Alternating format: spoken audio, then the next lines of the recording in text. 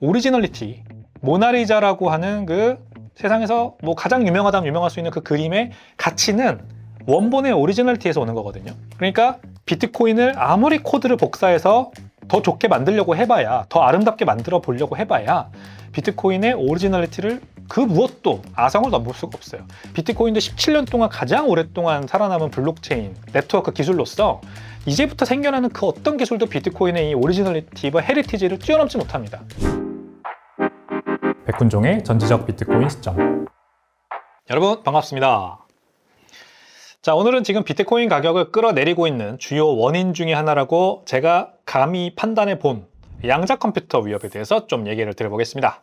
양자 컴퓨터, 제가 아무리 입이 아프게 얘기해도 계속해서 불안해 하시는 것 같습니다. 근데 뭐 기술적으로 뭐 어떻고 저쩌고 이런 얘기 오늘 하지 말고, 비트코인이 과연 이것에 어떤 대응을 할 것인가, 비트코인은 어떻게 되는 거냐, 이 얘기를 좀 오늘은 집중해서 드리려고 해요. 양자 컴퓨터는 온다고 치고, 실제 이제 비트코인의 위협이 된다고 치고, 물론 그 전에 우리가 쓰고 있는 인터넷이 먼저 다 해킹 당할 거고, 은행 사이트 다 해킹 당할 거고, 심지어 미국 국방부가 쓰고 있는 저 암호화, 그게 먼저 해킹 당해가지고 어쩌면은 미국의 핵미사일 발사 코드가 먼저 탈취당해서 전 세계가 핵전쟁으로 먼저 빠져들 수도 있지만, 이런 거 다 그냥 오늘 얘기 안 하겠습니다. 그냥 양자 컴퓨터가 비트코인이 위협이 된다 치고, 비트코인은 어떻게 될 거냐, 이 얘기를 좀 해볼게요.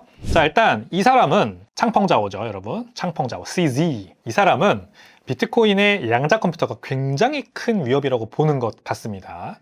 최근에 이 갤럭시 디지털의 알렉스 손과 한 인터뷰에서 보면 이 사람의 이제 사상에 대해서 우리가 한번 읽어볼 수가 있는데요. 자, 요약을 해봤습니다.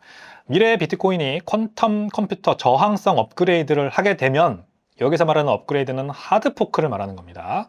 소프트포크와 하드포크가 있다. 근데 하드포크, 즉 체인 스플릿, 체인 분리를 말하는 거예요. 이 사람은 지금 벌써 여기서부터 굉장히 극단적이죠. 기존 취약한 주소가 코인 소유자, 기존 취약한 주소에 들어있는 코인의 소유자에게 한 6에서 12개월 정도의 이동할 기간을 주자. 그래서 한 12개월 정도 자기 코인을 그 지갑에서 빼서 다른 데로 이제 양자 내성이 있는 지갑으로 이동할 그런 시간을 주고, 그때까지 이동하지 않는 지갑들은 동결해버리자, 이런 주장을 합니다. 이 기간 동안 사토시 나카모토로 추정되는 약 100만 개의 비트코인을 포함한 휴면 코인이 움직이지 않으면 퀀텀 해킹으로 인한 도난을 막기 위해서 주소를 동결해버리자, 이런 얘기를 하고요. 결과적으로 셋 체인에서는 유통 공급량이 약 2천만 개 정도로 줄어들 수 있을 것 같다. 지금 이제 새로운 체인이 사토시 나카모토 코인을 결국 소각해버릴 거니까, 동결해버릴 거니까 2천만 개만 이제 전체 발행량이 있을 거라는 얘기죠. 자, 그러면서 뭐라고 하냐, 아무것도 하지 않으면 결국 퀀텀 해커에게 비트코인을 주는 꼴이 될 거다며, 난 이게 좋은 코인 분배 방법이 아니라고 생각한다, 이렇게 자기 의견을 밝힙니다. 여기 제가 밑줄 쫙 그었어요. 좋은 코인 분배 방법이라 생각지 않는다. 코인 디스트리뷰션. 자, 제가 일단은 두 갈씩으로 이 창펑자오의 한마디 하겠습니다. 그거는 네가 결정할 게 아니야. 이미 끝났어. 이거는 비트코인의 코인 분배 방법은 네가 이래라 저래라 할 수 있는 단계를 이미 지났어. 이미 끝났어. 비트코인의 역사야, 그거는. 그 역사를 뒤집으려고 하지 마. 좋은 코인 분배 방법이 아니라고 생각해도 어쩔 수 없어. 그건 네 생각이야. 네가 어떻게 할 수 있을 거라고 하지 마. 그거를 새로운 체인으로 비트코인을 마이그레이 시켜서, 이전시켜서 새롭게 뭔가 더 좋은 방법으로 분배하려고 하지 말라고, 이렇게 좀 얘기를 하고 일단 들어가 보겠습니다. 하드포크라는 거는 이런 겁니다. 헷갈리시는 분들이 있으니까. 체인 스플릿입니다. 말 그대로 둘로 나누는 거예요. 비트코인이 이렇게 쭉 블록이 쌓이고 있어요. 그래서 블록 체인이죠. 블록 하이트라고 하죠. 블록 높이가 계속해서 높아지고 있는 중이죠. 근데 이제 새로운 체인을 하드포크 한다는 거는 비트코인의 코드를 그대로 복사해서 새로운 비트코인 넘버 2를 만들고, 그 비트코인의 넘버 2는 1번 블록부터 다시 시작하는 겁니다. 그래서 두 개의 체인이 동시에 존재를 하게 되는 게 바로 하드포크가 되겠습니다. 그러니까 비트코인 코인도 있고 새로운 체인의 코인도 있는 거죠. 그게 하드포크입니다. 자, 바이낸스는 전통적으로 이 하드포크 체인들이 굉장히 친화적이었습니다. 그래서 지난 비트코인의 역사에서 여러 건들의 하드포크가 있었고, 비트코인의 체인 스플릿이 있었는데, 그때마다 그 스플릿된 코인들을 바이낸스에서 꼭 상장을 해줬어요. 그러니까 내가 바이낸스에 비트코인을 가지고 있던 사람이면은, 하드포크가 일어나면은 그 하드포크된 코인을 상장을 해서 내 지갑으로 꽂아주는 일을 바이낸스가 잘했습니다. 그렇게 비트코인 캐시라든지 비트코인 골드라든지 BSV라든지 이런 것들의 시가총액이 바이낸스에서 크게 형성됐죠. 그래서 뭐 창펑자오나 바이낸스가 어떤 비트코인이나 하드포크에 대한 별다른 어떤 의견이 있었다기보다는 이 새롭게 포크되어 나오는 코인들을 아주 뭐 좋은 그런 육성처로서 바이낸스를 이제 제공을 해줬다. 그래서 저는 이게 별로 좋다고 생각하지 않습니다. 예, 그렇게까지 뭐 상장시켜주고 이렇게 막 이게 뭐 마치 비트코인의 미래인 것처럼 그렇게 막 바이낸스가 떠벌리지 않았다라면 어쩌면은 그렇게 쓸데없는데 돈이 많이 가지 않았을 텐데. 왜냐면 결과적으로 봤을 때 지금 비트코인 말고 나머지 포크된 체인들의 코인들은 다 가격이 비트코인 대비해서 90%, 99%다 지금 떡락해 있는 상태거든요. 이거 보시면은 2015년부터 2018년 이 3년, 4년 기간 동안만 해도 비트코인에서 포크되어 나온 코인들이 이렇게 많아요. 비트코인 XT, 비트코인 패스트, 비트코인 클래식, 언리미티드, 플래닛, 캐시, 골드, 레드, 다이아몬드. 와, 나 이거 처음 들어보는 것도 많네. 슈퍼 비트코인, 유나이티드 비트코인, 비트코인 하트. 네, 이렇게 앞서 보여드린 이 도표 그림에서처럼 체인이 스플릿되어 나오면은 그냥 자기가 이름 짓는 겁니다. 그리고 비트코인의 노드나 채굴자들이 일부 이 새로운 체인의 이념에 나는 공감한다며 떨어져 나가는 거죠. 나 더 이상 비트코인 채굴 안 할래. 아니면 둘 다 할래? 뭐 이럴 수도 있고, 둘 다 노드를 할래, 채굴을 할래, 이럴 수도 있어요. 근데 보통은 이 세력이 나오는 거예요, 여기서. 비트코인이 예를 들어 2016년에 있었던 블록 사이즈 전쟁에서 블록 용량을 1MB로 놔둬야 된다. 그래서 개인 노드들이 여전히 쉽게 노드를 할 수 있게 놔둬야 된다라고 하는 스몰 블로커 진영이 있었고, 아니다. 비트코인의 블록 용량을 8MB로 늘려야 된다. 그래야 앞으로 더 많은 뭐 트랜잭션도 처리하고 수수료도 낮출 수 있다라고 봤던, 그래서 탈중앙성이고 뭐가 다 필요 없고 일단 빠르게 해야 된다. 기능을 강조했던 빅블로커들이 있었단 말이죠. 이 빅블로커들 중에 이제 코인베이스 같은 대규모 이 거래소, 자본이 있었단 말이에요. 올리가크, 이 기득권이 있었단 말이죠. 이 기득권이 결국 졌죠. 그래서 비트코인의 탈중앙성이 굉장히 이 개인 노드들에서 지켜졌는데, 어쨌든 그거에 동조하지 않았던 이제 일부 세력들은 이렇게 새로운 체인으로 빠져나가는 겁니다. 그래서 거기에서 뭐 채굴도 하고 노드도 하고 막 이러면서 자기네가 막 으쌰으쌰 해가지고 이 코인이 잘 될 거라 생각을 하지만 다 이제 비트코인 대비해서 떡락하고 역사의 뒤안길로 사라져 버린 거죠. 비트코인은 애초에 하나의 네트워크로 시작했지만 규칙에 대한 이견들로 인해 코드가 갈라지는 새로운 포크들이 발생을 합니다. 이 복제본들은 각각 독립적인 별개의 블록체인이 되는 거예요. 비트코인의 코드를 복사했지만 이념적으로 다르죠. 그래서 정책도 약간씩 바뀌고 뭔가 이끌어가는 어떤 중앙 주체가 존재를 하고, 그렇죠? 비트코인 캐시는 우지한, BSV는 뭐 로저버, 이런 구심점이 있어요. 이 구심점이 세력을 형성해서 데리고 나가는 거예요. 그래서 이게 진짜다, 이게 비트코인 진짜 순혈이다 이러면서 막 자기들끼리 막 주장을 하다가 결국에는 그것들이 다 망했죠. 수많은 변경 시도에도 불구하고 오리지널 비트코인 블록체인은 오늘날까지도 가장 압도적으로 높은 가치를 지니고 있다. 아시겠죠? 자, 그래서 이렇게 많은 포크 사례들이 있었고, 사실 이것도 이 4년 동안에만 발생한 포크들이에요. 구글에 검색을 해보시면은 한 100여 건의 비트코인 하드포크가 있었다라고 추산이 됩니다. 정확히는 모릅니다. 얼마나 많은 포크가 있었는지는 우리가 알 수 없어요. 근데 정말 많은 포크 시도가 있지만 그 중에 살아남은 건 아무것도 없다. 비트코인만, 오리지널리티가 있는 비트코인만 살아남았다. 이거는 여러분 이렇게 설명을 좀 해볼게요. 우리 모나리자 있죠? 저는 이제 신혼여행을 파리로 가서 그 루브르 박물관 가서 모나리자를 보려고 했습니다만, 모나리자가 저 멀리에 있는데도 앞에 갈 수가 없어요. 너무 많은 사람들이 그 앞에서 줄을 서고 있어가지고 바글바글합니다. 그래서 그냥 보는 거 포기하고 멀리서 이렇게 사진만 찍었는데, 이 모나리자의 만약에 원작을 현대의 어떤 굉장히 유명한 미술가가 똑같이 복사해서 그린다고 생각을 해볼게요. 할 수 있겠죠. 천재 레오나르도 다빈치가 그린 거긴 하지만 이 사람보다 뭐 그림 실력 뛰어난 사람이 없겠어요? 근데 그 그림의 가격은 원작 모나리자를 과연 추월할 수 있을까요? 절대 불가능하다고 생각을 합니다. 오리지널리티, 모나리자라고 하는 그 세상에서 뭐 가장 유명하다면 유명할 수 있는 그 그림의 가치는 원본의 오리지널리티에서 오는 거거든요. 그것을 아무리 복사한다고 해도, 아무리 더 잘 그린다고 해도 뭐 레오나르도 다빈치 이상의 명성을 가진 사람이 있지 않는 한은 그거조차도 불가능하죠. 왜냐면 레오나르도 다빈치는 죽은 사람이니까. 사실 이 오리지널리티라고 하는 거는 그만큼 엄청난 가치가 있는 겁니다. 이거를 아무리 뭐 수백 장, 수천 장, 수만 장 복사를 해봐야 절대 원작 모나리자의 가격을 뛰어넘을 수 없습니다.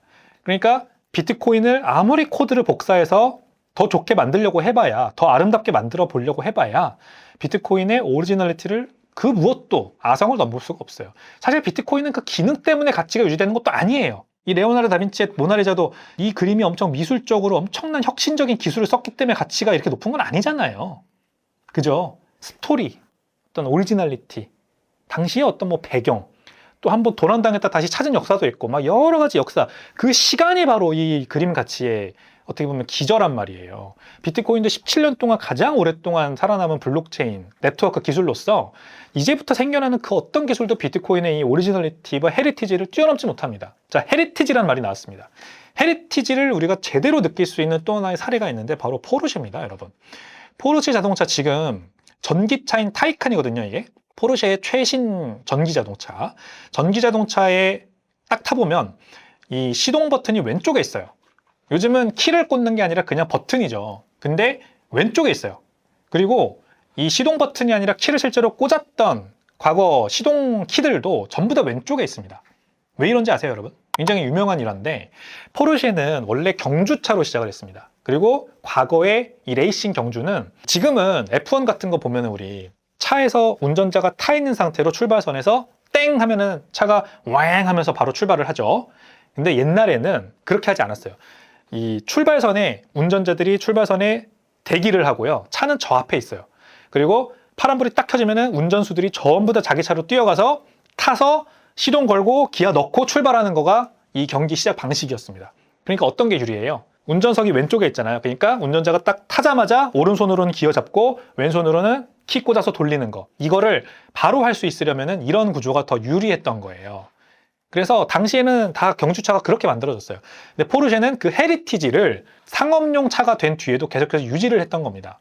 그러니까 포르쉐 자동차가 뭐 요즘은 뭐 명품차가 아니다 이런 말도 있고 뭐 가치가 많이 떨어지고 있지만 여전히 정말 많은 사랑을 받고 있는 독일 명품차로서 이 헤리티지가 있는 이유는 바로 이런 하나의 작은, 이거는 그 아주 많은 이 포르쉐 자동차가 유지하고 있는 헤리티지 중에 하나인데, 이런 것들이 바로 이제 사람들이 열광하게 하는 포인트거든요. 이런 것들이에요, 이런 것들. 헤리티지라는 거는 이런 효과가 있습니다. 명품이 괜히 명품이 아니다. 그 역사, 경주차로서 이 차가 어떻게 시작했는지를 그대로 담아내는 하나의 그 시동키, 시동 버튼이라고 하는 그 헤리티지 때문에 이 차의 가치가 또 높아지는 게 있는 거죠. 자, 헤리티지의 역할이 바로 이런 겁니다. 그리고 기능적으로 봤을 때도요, 비트코인이 왜 또 더 나은 코인이 나와봤자 소용이 없냐면, 비행기 디자인이 바뀌지 않는 이유, 이렇게도 설명을 해볼게요. 비행기 외부 디자인이 수십 년간 크게 바뀌지 않고 비슷한 디자인으로 머무는 이유는요, 이미 공기 역학적 효율성과 안전성을 극대화한 형태가 정립되었기 때문이에요. 새로운 디자인이 필요가 없는 거죠. 원통형 동체, 그리고 이 정도 길이의 날개, 이 구조가 공기 저항을 가장 적게 받아서 비용과 연료 측면에서 가장 경제적입니다. 그러니까 가장 이 메카니컬 엔지니어링 관점에서 봤을 때 지금 비행기의 디자인 구조가 가장 효율적이에요. 그러므로 수십 년 동안 비행기의 디자인은 바뀌지 않습니다.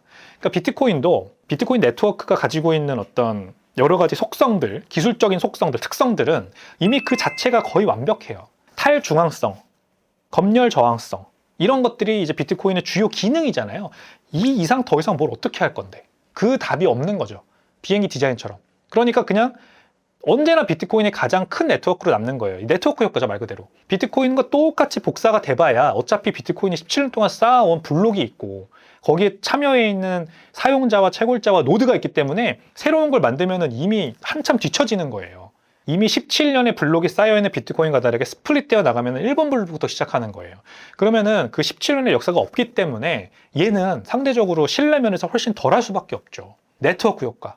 그냥 기존 비트코인에 편입되는 게 가장 올바른, 가장 효율적인 선택지가 되는 겁니다. 네트워크 효과는 승자독식으로 이어진다. 아시겠죠? 이 메카니컬 엔지니어링 관점에서 봐도 비트코인은 딱히 뭐 복사본의 필요가 없다. 이렇게 알아야 됩니다. 자, 과거 블록 사이즈 전쟁이라는 게 있었습니다. 이렇게 왕관을 쓴 사람이 이제 말하자면 빅 블로커들이었고, 이렇게 일반 평민들의 옷을 입고 있는 사람이 말하자면 이 스몰 블로커였어요. 비트코인이라고 하는 네트워크는 탈중앙화 이념이 기본적이기 때문에 비트코인 개수가 많다고, 돈이 많다고 해서 더 많은 영향력을 행사할 수가 없었어요. 그들이 가지고 있었던 건 돈이었죠. 그리고 미디어 파워. 이 둘을 이용해서 체제 전쟁을 벌였죠. 비트코인이 업그레이드 해야 된다. 8MB로 블록 용량을 늘려야 된다. 근데 비트코인은 공평한 운동장이었기 때문에 이렇게 스몰 블로커들, 우리 같은 개인 노드들이 맞짱을 떴습니다. 체스를 뒀습니다. 이렇게. 그리고 그거를 모두가 지켜봤죠. 그리고 이렇게 개인 노드가 이겼습니다. 왜? 여기 그림에서 보듯이 탈중앙성이 굉장히 중요하다는 게 바로 이 네트워크의 컨센서스, 합의였거든요.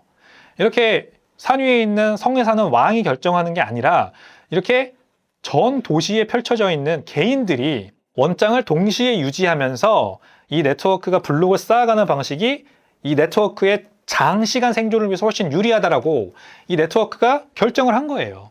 그래서 스몰 블로커의 편을 들어줬고 전체 비트코인 노드가 스몰 블로커들이 이겼습니다.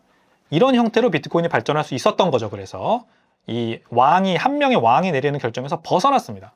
그게 바로 비트코인의 탈중앙성 이념입니다. 결국 비트코인은 다른 것보다도 다 제일 중요한 무언가 코어 핵심이 있어요. 민주주의도 헌법이라는 게 있어야 되잖아요. 그래서 법치가 무너진 민주주의는 사실상 존재할 수가 없는 것처럼 비트코인도 변하지 않는 코어 핵심 프린시플이 있기 마련이거든요. 그 중에 하나가 탈중앙성이었고 그게 지켜진 게 블록 사이즈 전쟁이었어요.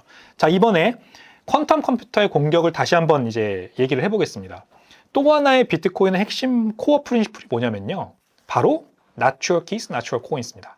너의 프라이빗 키가 없다면 그건 네 코인이 아니야 라고 하는 The first rule of Bitcoin is Not your keys, not your coins. The second rule of Bitcoin is also not your coins, not your keys, not your coins. 자, 이게 바로 핵심 비트코인의 핵심 이념인데, 자, 창펑자하고 하자는 대로 체인을 스플릿해서 거기로 전부 이주를 한 다음에 한 1년 동안의 시간을 주고 너 이거 찾아가지 않으면 우리가 소각할 거야. 이거는 정확히 이 이념에 위배되는 거죠. 그래서 나쁜 선례를 남긴다. 이렇게 저는 생각을 합니다. 비트코인은 Not your keys, not your coins가 가장 핵심 이념이라서 이거 지키는 쪽으로 무조건 가야 돼요. 내가 프라이빗 키를 가지고 있는데 네가 뭔데 내 코인을 소각하든지 말든지 결정을 해. 이게 맞는 겁니다. 심지어 사토시 나카모토가 죽었는지 살았는지 우리 몰라요. 진짜로 양자 컴퓨터가 현실화됐을 때 사토시 나카모토가 코인을 안 옮기리란 법이 있나요? 그걸 모르잖아요. 약간 슈레딩거의 고양이 같은 거잖아요. 근데 슈레딩거의 고양이가 죽었다고 생각하고 박스를 열어보는 순간 어때요? 양자 역학은 깨지는 거죠. 그걸 하겠다는 게 창펑자우의 의견입니다. 심지어 로스트 코인이라고 하는 게 뭐 200만 개다 300만 개다라고 추산을 하는데 그거조차도 우리 확신할 수 없어요. 비트코인이 생겨난 이래로 한 번 이동한 뒤에 채굴되어 나왔건지 아니면 샀던지 해서 그 다음부터 한 번도 이동하지 않았다고 해서 이거 프라이빗 키 까먹은 로스트 코인이다? 이거 모르는 거거든요. 정말 유실된 코인이 100만 개인지 200만 개인지 300만 개인지도 모르는 상황인데 그거를 한번 확인해 보겠다고 체인을 스플릿해서 하드포크를 해서 12개월을 기다렸다가 그동안에 반응이 없으면 그 코인들은 그냥 소각해 버리자고. 이거는 비트코인의 핵심 이념에 위배되는 주장입니다. 그래서 저는 절대 서포트할 수 없다. 여러분들도 그래서 여기에서 가르마를 잘 타셔야 됩니다. 앞으로 비트코인은 또 양갈래로 의견이 갈릴 거예요. 지금까지 계속 그랬어요. 근데 이게 뭐 비트코인의 어떤 나쁜 그런 게 아니라 이렇기 때문에 비트코인이 건강하게 잘 성장을 하는 겁니다. 그 누구도 마음대로 조정할 수 없기 때문에 언제나 이견이 존재하고 언제나 활발한 토론이 진행이 되고 언제나 굉장히 극심한 대립에 휩싸이게 되는 거죠. 그러니까 거기에서 핵심 이념을 우리가 잘 캐치를 하고 그것을 지키는 쪽으로 가면 돼요. 돌에 새긴 문구, 헌법 같은 거 그것을 비트코인도 가지고 있고 코어한 프린시플 그것을 해치지 않는 선에서 포크를 해도 해야지 그냥 다 뒤집어 엎자. 2100만 개라는 하드캡도 깨자는 거잖아요 지금. 그리고 Not your keys, not your coins도 깨자는 거잖아요. 이거는 절대 서포트할 수 없다. 그렇게 저는 좀 여러분들께 주장을 하겠습니다. 자, 그래서 오늘은 양자 컴퓨터 실제로 위협이 된다면 비트코인은 어떻게 될 것인가 내용을 좀 다뤄봤고요. 여러분들께 좋은 공부가 되는 시간이었길 바랍니다. 저는 다음 시간에 더 좋은 내용으로 찾아올 테니까요. 구독과 좋아요, 알림 설정까지 부탁드리겠습니다. 감사합니다.